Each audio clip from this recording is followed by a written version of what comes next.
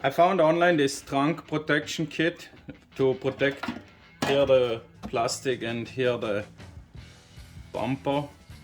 They are stainless pieces, they come in black, I believe also in grey, and you just glue them on with the 3M adhesive tape. The bumper protector has also a rubber edge, so you won't damage the paint when you center it. It has here a tiny bit of an overlap. I don't know if you can see it good in the camera.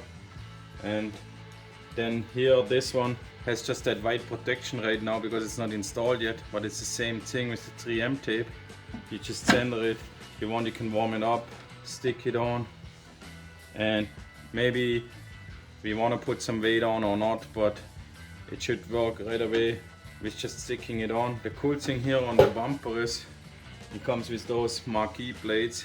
They have different colors, like blue and the clear one.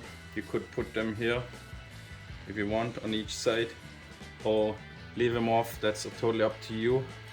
And if you look in the video description below, I will share also some links.